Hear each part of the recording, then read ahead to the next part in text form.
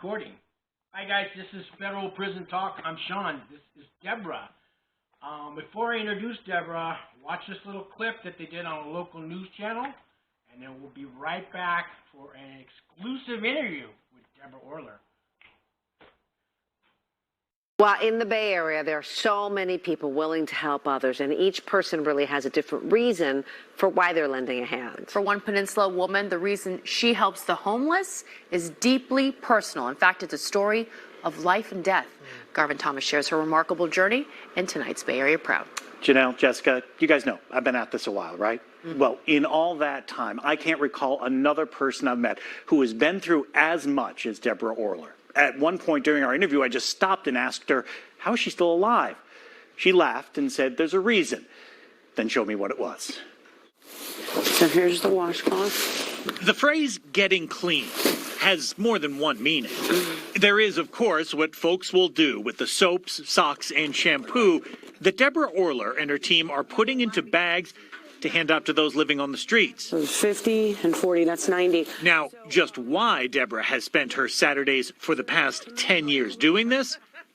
Well, that has everything to do with the other kind of getting clean. Recovery. Recovery changes your life. Deborah smoked her first joint when she was just 8 years old. What followed were decades of addiction and abuse, of time spent in foster care and prison cells. Deborah was well into her 40s by the time she finally broke the cycle. These hygiene kits, her way of making up for lost years. This is what we're put on this earth to do. We're not put here to take. We're put here to give. It was, Deborah says, a second chance at life. But not, it turns out, her last. On this day, she's planning to hand out hundreds of sleeping bags. Once again, coming back from hard times. I was on life support a year ago, and I almost didn't make it. And so, you know, this is my way of saying thank you to God for everything he's done and still doing. Deborah, you see, has had a lifelong heart condition, one that required a transplant a couple of years ago. Did you guys want a sleeping bag? Once back on her feet, Deborah redoubled her efforts to help others. Did you get one? Not yet. Not slowing down. There you go. Even as that new heart is showing signs of rejection. I don't want to say I was born to lose, but I've had a lot of hard knocks. The minute I bring... Deborah is able to laugh because she feels she's living on time she didn't earn. It's time God granted her. And while she doesn't know how much more of it she has left... You're welcome. She does know exactly how she wants to spend it.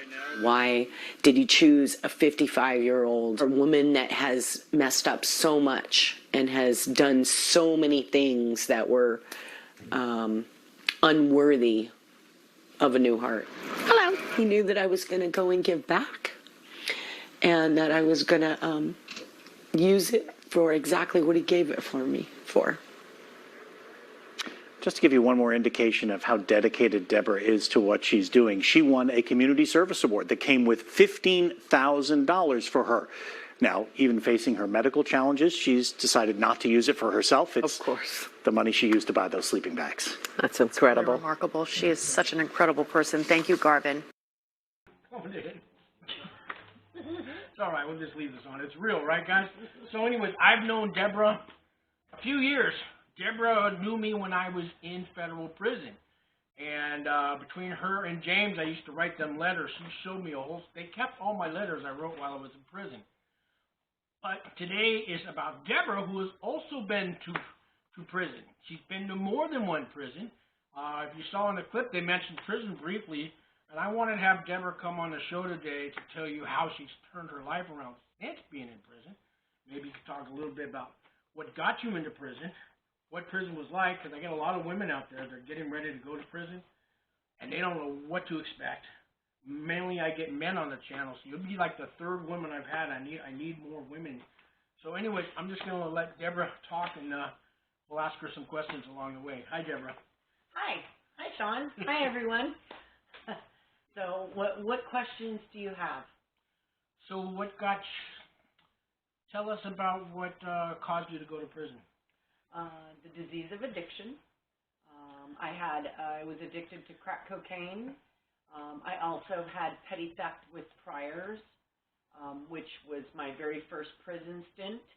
And I believe that was in 1998, where I got my first prison stint at Chowchilla State Prison. I got out, and I went home, and I told myself I was never going to do that again. And I ended up going home, making a son, which I have a beautiful 25-year-old son today. But immediately following after, when my son turned 1, I relapsed. And that brought me back to Valley State Prison on 3 different occasions after that. These are California prisons? Yes, they're California prisons in Madera, California. Yeah, it smells like cow patties. Can you remember your first day in the first prison you went to? I do. I cried all day. I cried the whole trip there from the county, in the bus there. It kind of irritated everybody else that was in the car, but, you know, I didn't know what to expect. I didn't think that I was prison material, and I knew that I just had a problem with drugs. I didn't know that that problem was going to steal my freedom, and that's what it did. And, you know, upon arriving there, you know, it's very degrading that they strip you down to naked, they check you, they do the cough and squat and the whole thing to make sure you don't have anything on you, and then they stick you in a cell until you go into receiving. And when you first get there to receiving, it's a 2-man cell. And you're in that 2-man cell while you do a lot of different testing. They test you for TB, they mentally test you, they send you to the doctors, you get scholastically tested, and then they place you somewhere on another yard after you are, God, I can't even remember what the word is called, but after you've already been, they know where you belong. So for me, because I have a lifetime of health conditions, I went on a medical yard, which was B yard, and you know, that was. So, was it dangerous? Did you Well, fights? my first prison stay. Think of the woman that's just getting ready to go to prison. She's scared to death. She doesn't know what she's getting into. So I made the mistake of getting in there and being kind of prima donna prissy, in the sense where the bathroom was below my standards. So I asked the correctional officer for some cleaner, and he came in the room and he said, "Don't we give you guys cleaner every morning?" And what followed that was he left the room, and I got pulled off my bunk by my hair and beat up. And the girl that was a lifer said, "You might have come in here doing 16 months, but you're going to leave in a pine box." Wow. And she beat me up pretty hard. I didn't want to say anything because I didn't want to get in even more trouble. And I was stuck to my bunk all night long. I had lumps all over my head where she had punched me a bunch of times. And then, you know. This is your cellie? Yeah, it was my cellie. And then in the morning when they called everybody out for breakfast, you know, apparently the room across the hall had seen what happened and told the correctional officer. When they asked me and questioned me, I said no because I was scared. Right. And the girl, basically when the girl beat me up, she said, "You know, you basically invited the police into our room, and we have contraband." And contraband to them was cigarettes and eyeliner. You know, I think they might have had a radio too. But, you know, when you're on the receiving yard, you don't have any of that. If you have it, you're getting it through the scullery. You're getting it in ways that you're not supposed to. You know, but I didn't know these things. You didn't know. You're new. I'm new to the game, and, you know, I had just started. But as I got moved over to another yard, I had 2 lifers that were my roommates, and, you know, I would get duped all the time. So I would undo the lock to my locker, and the next thing you know, I'd put it on my bed so I could go through my locker, and somebody switched locks with me. And so when I came home from being at my little job that I had at PIA Laundry, my locker was empty because they switched locks with me. And then, you know, I was protected. Actually, my first stint, my mother paid someone to protect me. Really? Because she was worried after I got beat up, being with my health condition and stuff, that she, you know, and the officer, one of the officers said to me, you weren't worried about your health when you were out there in your disease. And, you know, so there's that side of it that says some of them feel sorry for you, some of them know you're a human being, and some of them look at you like you're nothing but a number. And I was definitely not a number. That's not what I was. I started going to NA meetings in the prison. Is that Chowchilla? At Chowchilla, and I would go to the yard and walk the yard every day. I'd go to the library, and I'd go to church on Sundays because it was a way to get out of my cell and to go anywhere but where I was. See, at a 16-month, did you get? I did 16 months 4 times. 4 times. Wow. 4 times. Yeah. I actually was baptized in prison. Yeah, I have the certificate. How was the food? Do you remember a typical meal? Well, I worked in PIA laundry, but then I got switched to PIA kitchen, so I had the best of food. You know, I mean, we did chicken, real, you know, chicken legs and chicken, whatever, breast stuff. But we had access to all the, I remember trying to steal food. Trying to put the food down my pants, they search you, you know. You drop the food on the ground, the officers would check you and take away whatever they felt was contraband before you get back to your room. Wow. And then, you know, I was getting boxes, and we would make food, special food, like nachos and things like that. Spreads, so, all that yep, stuff. yeah. Yeah, I don't know if you guys know what a spread is, but it's basically what, the ramen noodles with whatever pieces of meat and Doritos yeah. and, beans. Yeah. You put all that stuff in. They can even make cake in prison. It was amazing. When you order commissary, did you have any money on your books to get commissary? I did because my mom was a good codependent to my disease. She had a lot of guilt. So my mother parented out of guilt from not raising me. I come from a family of addicts. And so she made sure that I always had boxes coming, money coming into commissary, which of course there was restitution. So they would take a portion of it and then give me a portion. Yeah, in the feds, guys, they take 25% of any money sent in. That, so just so you know, in the states, I think in the state prisons, I think they take half, right? Yeah. So if somebody puts $100 on your books, you're only going to see 50 of that. In the feds, you'll see 75. That's how they do it. Yeah. Some people don't know that too. Yeah. Yeah. Yeah, unfortunately. But yeah, I was pretty well taken care of while I was in there. And I think that might have caused a lot of my problems because there was people that weren't as lucky as I was. So I had a TV sent in from Walkenhurst, and, you know, I had tennis shoes that were my own that my mother sent in. My mother would send me a box, and if the box didn't, if things didn't work out, I'd make her send me another box. And that's a state thing. So I know in the feds you can't have that, but in the state, what is it, like a 35-pound box? There's 4 quarters. Yeah, you can have a box every quarter. Okay. Because I know some people. And I don't know how it is now. I haven't had to be in prison since 2003, by the grace of God. But I've heard now they can't send the outside box. They got to go to a special website and order that creates the box from probably. a special, like, you know, prison website that's everything's improved, and it's. You pick the items, you shop online, but the box is packed and, you know, shipped from that website. So you can no longer go to, you know, send care packages like that. They've changed it because too many contraband things. Yeah. Yeah. Yeah. I remember at visits, people getting contraband, and it would change the atmosphere of your room.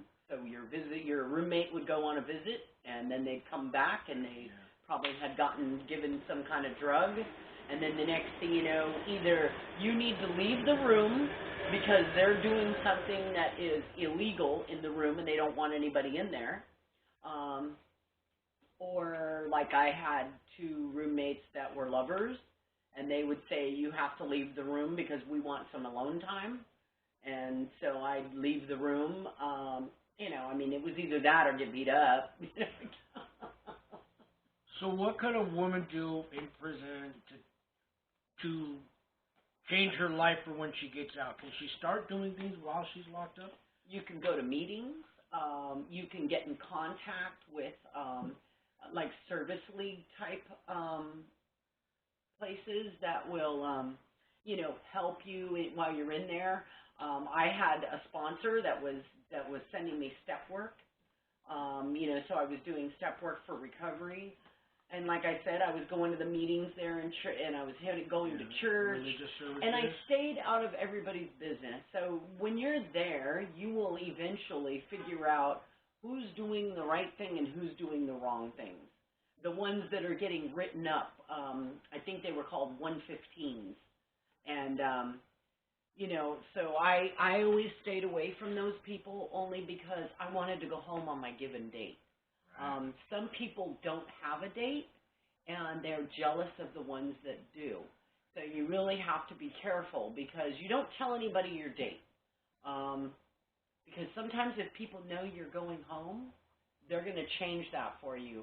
And with write-ups, fights, whatever it is, you lose your good time, work time. They take it away from you. And, you know, I think nowadays, I think it's like you're an 85%er. So what used to be half-time now is you do 85% of your time. The feds are like that, 85%. And I've heard of the people doing 20 years. You come in, you got a year and a day. We're going to make it at least 5 years because there's jealousy. There's, you know, oh, yeah. Yeah. They take your date. That's what they call it. We're going to take your date. So, like, in my prison, there would be some guys that are so jealous that you get a visit every week and you got family writing you letters, people putting money on your books. People would go out of the way to sabotage that because they have nobody. Did you see that kind of thing? I did here and there. It wasn't so prevalent as where I was. You know, I had some pretty good roommates, and the ones that weren't good ended up getting themselves in trouble, so they got taken out of our room. So I would get my letters, but, you know, I mean, for a moment while I was in prison, I thought I was gay maybe because, you know, all you're around is females and some of them look like guys, you know, and then the CO, I was on a phone call with my mother, and they listen into your phone calls. And I didn't even know about that until the CO says, step over here. And I went over there, and she said, you're not gay. And I was like, what? She said, I heard you talking to your mother. You're not gay. So not only do you listen, they just get right up in your face. And they tell you, like, no, you're not gay. I was kind of a pet at prison because I liked going above and beyond. So when you're in the receiving yard, you don't get any privileges for the phone or anything else. So what I did was I got on the yard crew, and I would mow the lawn in 100-degree weather in Madeira just so I could get phone calls every week. Oh. Earning privileges, Yeah. You get to go either your kitchen or there is no laundry there, so it's either kitchen or yard crew. That's the only two jobs that you can get on a yard, is what they call it. Do you get paid at all for that? No. No. You get paid a phone call. You get paid a phone call. And so I would always make it a point, because I was a repeat offender, to immediately get on the yard crew. I didn't care what I needed to do. I just wanted to, you know, and sometimes you get friendly with the COs, and they know you, they remember you. When they see you, they're like, oh, are you back again? Remember you? Yeah, do you have a job for me? You know, and they'll hire you again. So you're like a returning customer. Yes. And I remember one of my roommates had said to me, she was a lifer, and she said, I don't know what makes you think you're better than the rest of us. You're doing life just like me, but you're doing it on the installment plan. I've heard. And I thought, oh, you dirty rat. You know, and that really hit home for me because it was true. I don't know how many holidays I would call home, and everybody was going on with their life, and Christmas, and my son was getting older, and I was locked up. I was missing out on all of it. So I would go through bouts of depression where I wouldn't want to get out of my bed. But, you know, immediately when you get there, once you're over the wall, as they call it, you program. And if you don't program, then you start losing your time, your good time. So I always made sure that I got a job, and I would drag myself to my little job, whether it was laundry or kitchen. But, you know, in the PIA positions, they pay you. So you can actually earn money while you're in prison. Okay. Feds start you off at 12 cents an hour. Eventually, some guys get up to $40, $60 a month they make. Yeah. And then there's Unicor. I don't know if you guys have that. Some women's prisons have. I interviewed a girl named Brittany. She did 411 calls when you call 411 for information, and they paid her like $100 a month. But that was the thing. I know there was people that had more time than me because I was always what they called a short timer. Okay. Because 16 months isn't that much. So, you know, like I would do part of my term, and then right before, I think they would always put me in pre-release class. Okay. Right? And I remember going to a Gordy Graham, and he said, choose your rut carefully because you're going to be in it for the next 30 years. And that kind of stuck with me as well. When did that stick with you? Which time in prison did that stick with you? That was like number 2, but obviously I still had the same behaviors. And when I'd get out, I'd go return back to the same friends and do the same things, and I'd get the same results. Same results. Yeah, I wanted to get to that part. There was guys I did time with. I was in a program called RDAP. You get up to 1 year off your sentence, and it's a year-long program. So if you have 3 years or more, they'll give you a year off your sentence. But if you're only there for 2 years, you get 6 months off. And there was guys that would refuse it. And I'd ask them, why aren't you taking RDAP? You don't want the 6 months off? They'd say, no, I'm going to wait till next time when I come back and I get the whole year off. And their logic made sense because they knew they were coming back. But next time I'll have like a 5-year sentence, it'll be worth getting the year off. So I'll save it. Yeah. And that's how you know what I mean? That's that revolving door, you know? Yeah, I don't know how many times I had to talk to my son over the phone lines from a state prison where it would, during the call, it says, you're getting a call from an inmate at a California state prison.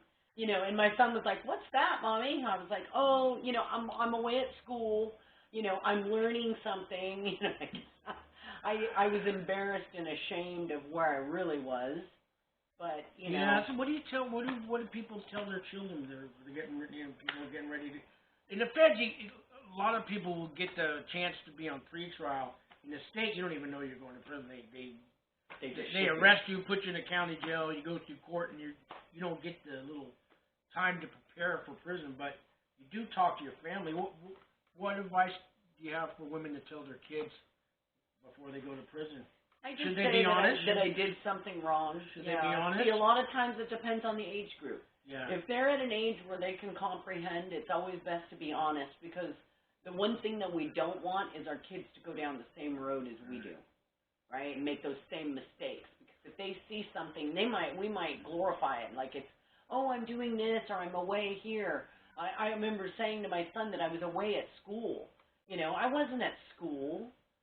You know, I was away in L.A., and when he got to a certain age, I actually got a letter, and when the CO handed it to me, she said, you're going to want to read this letter alone. Oh.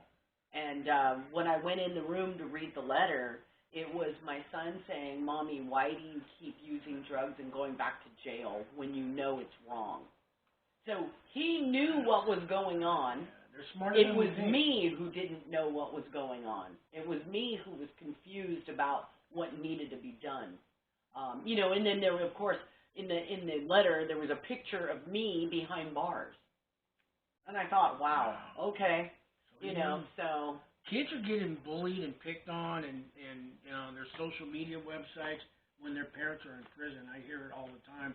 The organization, Wings for Life, they have to deal with kids getting cyberbullied and all that. And well, when you come from broken families, that happens a lot. Hi, your mother's in jail, your dad's in prison. When I was younger, before I ever started getting in trouble, my mother, like I said, was an addict, and my father was a missing parent because he was an addict.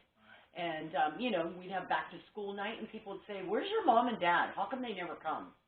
You know, how come you live with your grandma and grandpa? Those are questions that I didn't have the answer to at that age. And then later, it would be like a deadly secret that would take me out every time because I had a different family And then, of course, I gravitated towards the other kids that had lived the same lifestyle. That's as what I me. did. I found all the kids from divorced homes and alcoholic parents and all that. My son did the same thing. I found the kids with the bruises on their back too. You know, oh, you fell down the stairs like me? Yeah. Yeah. I found those kids, and then I ended up in prison too. So let me ask you, the third time, the fourth time, when did it click in your head that I'm going to change my life? When did it? You know, when did you actually 2003 know you were going to break it? was my last prison stint. And like I said, I had some theft in my past. So it was a lot of petty theft with priors. And my final prison stay wasn't me going and using drugs. It was me wanting to be this person in society that was able to do a Christmas. So I went to Safeway Christmas shoplifting for Christmas dinner because I had invited some people. And then what happened was I get arrested, I go to prison. When I'm calling from home on Christmas, because I was already shipped off, those same people were at my mother's house having Christmas, and I was locked up in prison. And so I thought to myself, this is crazy. I can't do this anymore. I can't keep sacrificing my freedom to keep people happy or to try and be somebody I'm not. If I can't obtain something the right way, then I don't need it. You know, those same friends that were there at my mother's, on my third prison stint, I had written a lot of letters while I was in there. And, you know, I used to write my mom at least once a week. But I also used to write these friends, so-called friends.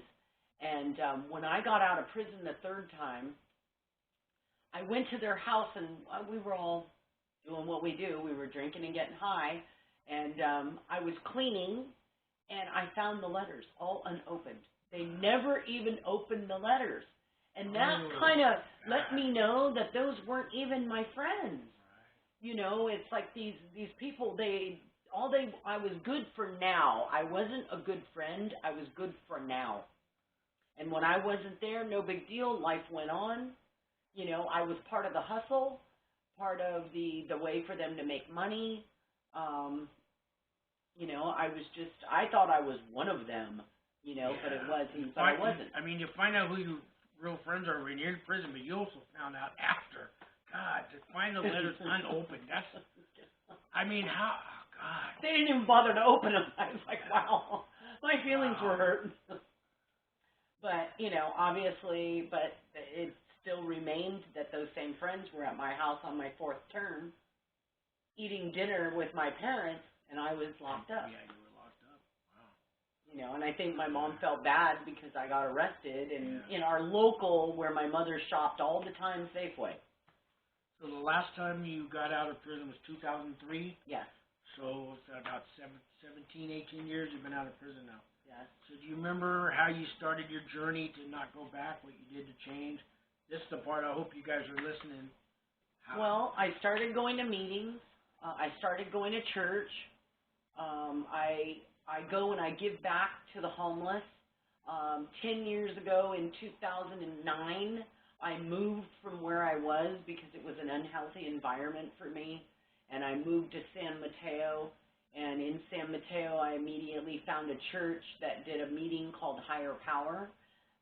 That meeting then made me want to have to go to church on Sundays because I was trying to find a new life and a new way of thinking. I got a therapist because I needed to figure out why did I keep sabotaging my life over and over and over. And in the interim, what ended up happening was I found out who I really was. I was born to serve. You know, I like giving back in my community. I'm now the president of the Kiwanis Club of the Greater San Mateo. These are things that I never thought I'd ever be able to obtain. You know, president of anything. I know now you sponsor women, you go to meetings like crazy. Oh, yeah. You're always there to help. Secretary meetings. She also is the property manager for Sober Living Houses, one of them that I live in, and she's helping people find a place to live when they get out of prison, when they get out of recovery homes, when they get out of treatment, or even off the streets. you're helping. You do so much. And you saw the video, guys. She's got all kinds of sleeping bags and tents and everything here, water, everything right in front of me. I know you go every Sunday and other days of the week. You go down to the worst neighborhoods in San Francisco. Yes, I go to the Tenderloin in San Francisco. So, and that's where I usually like to do that. And I go to Redwood City to the different homeless encampments as well. They do have something called Street Life Ministries down there, which I serve at once in a while. I'll be there on the 24th of November. But I go down to the homeless encampments every Sunday and I pass out 80 meals. So it really works for me because it keeps my soul fed. And as long as I'm happy, then my life feels like I'm doing my life's work. That I'm not just wasting away here on this earth. I'm here to live, not just to exist. Do you think somewhere along the way in prison, something clicked in your head that made you value life? Yeah, the fact that I had lost my freedom, that somebody was telling me when to eat, when to sleep, when to turn out the lights, when to, go to work, when to get up. There was no such thing as sick days. Here's when you get to eat. This is when you go to the chow hall, and then of course there was those days where there'd be a fight and then lockdown. Nobody's moving anywhere. And then you are stuck in a cell with the 7 other people, and they start to get on each other's nerves. That's when you get reminded you're property. I was a number. Yeah. I was 56707, and when I gave that back, I was 78371. And you know what? Those numbers will be burned in my memory forever. Yeah, I know. 18649-111. Yeah. Count time. I know. Stand up for count. Yeah, I remember. I'll never forget it. When you're taking a nap in the middle of the afternoon and they're tapping on the window. Hey! All I was waiting is for a release ducket. And I don't know why, because I kept going back. So why would you anxiously wait for something if you're not going to cherish it enough to not want to come right back to that same situation, right? And that's where recovery steps in and changes life. If that's your problem, if it's gangs, you stay away from those people. They don't love you. If it's, if it's an abusive family, then you just don't. You have to cut people out of your life. Anybody that's poison to your life or that will sabotage your happiness, that's where you remove that person or that place or that thing from your life.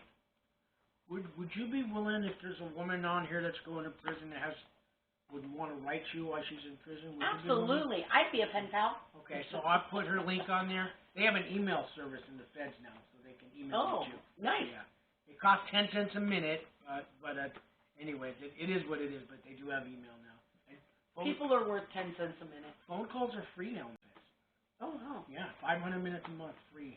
That's something they just started, so because of the pandemic, but they're going to keep it that way. I don't know if you guys know that one too. So nice. Yeah. So also Deborah hasn't talked about it, but I don't know if you feel comfortable, but if they watched this far, they know about your heart condition. Maybe you want to talk about. Yeah, she shouldn't be here right now talking to me, guys. But God had a plan. She should be. I'll let you explain that. So I was born with a transposition of my great arteries and a heart murmur. And at the age of 7, I had my very first surgery. I had a pacemaker put in. And then what followed that was 9 different surgeries to have pacemaker batteries changed. At one point, they put in a pacemaker defibrillator. And when that battery died, they put in another pacemaker defibrillator. And then in 2018, that defibrillator shocked me because my progression of my heart disease was getting worse. And then in 2019, 2018, they said they were thinking about a transplant. They did the evaluation. They said, no, it's not time yet. In 2019, I ended up in the hospital in heart failure 8 times in the month of, throughout from January to August. And then in August, they said, we'd like to put you back up for the evaluation for transplant. On October, I want to say October 6th, I signed the paperwork for transplant, and on October 10th, I got the call for a new heart. I had a heart transplant with a lot of complications. My kidneys failed. I was on dialysis. I got out of the hospital a month later to find out that I was CMV positive, which is cytomegalovirus. I got it from my donor. And then in December of 2019, I got coronavirus. And then in January of 2020, I got something called nocardia. And the nocardia created fungus in my lungs. And I went into the hospital for some routine testing. And they noticed that I had a low white blood cell count. And during that time, they said, we're going to send you home, but first we want to give you a shot. They gave me a shot of something called Neupogen. The Neupogen made me code because my body was allergic to it, and I ended up on life support. So in February of 2020, I was on life support. When I woke up, it was March, and I couldn't walk, and I was in a diaper. And I stayed like that until September of 2020. So it's been a little bit over a year that, that I've actually been back into action. I got out of the long-term care rehab facility that they had sent me to, and I hit the ground running, and my whole mission now is just to help, to be there for others, to continue to worry about my health. I'm currently in rejection. At the end of this month, I'm going in for some testing for a biopsy and an angiogram. And, of course, I'm very nervous, but you know what? I live on borrowed time. And this morning I said that to my son, and my son said, Mom, it's not borrowed, it was given. Yeah. So, maybe out of the mouth of babes comes the truth. And sometimes I sell myself short that it's borrowed, but it's not. Because my higher power gave me this time. He gave me a new heart. I got the call within 4 days of signing the paperwork. So this is where I'm supposed to be in life. And I think he saved my life so that I could go out and give back. And so that's what I plan on doing till my last breath. That's pretty much, I can testify every word she said is true. This lady brings tears in my eyes every time I tell the story. Deborah, just thank you for being who you are. I'm so glad that you didn't, because I was just getting out of prison when you were, in the hospital, and I'm so glad I had never met you in person yet, only through the letters that through You mean the pictures we had of you with the guitar in the federal prison? Right. So I got to finally meet you because her and James would send me letters and put some money on my books and stuff. And you're just a blessing. Thanks for doing this interview. And I guess we'll end it. But do you have any last words of what would you like to say to the women that are about ready to go to prison that are watching this? Just keep your nose out of everybody's business. Kind of stay to yourself and try to find ways to learn to enhance who you are naturally. So when you're there, do some reading, go to the library, get some books, feed your mind, because it's really easy to get caught in the grip of what happens in prison, which is, are you on this side or that side of people? Are you in a gang? Are you that person? If you stay to yourself and kind of just lay low and quiet, you'll be fine. You'll be fine. And obviously if you have family, make sure to cherish your family with everything you've got. Write your kids often and stay in contact as much as you can and love yourself. I like that. Thank you, Deborah.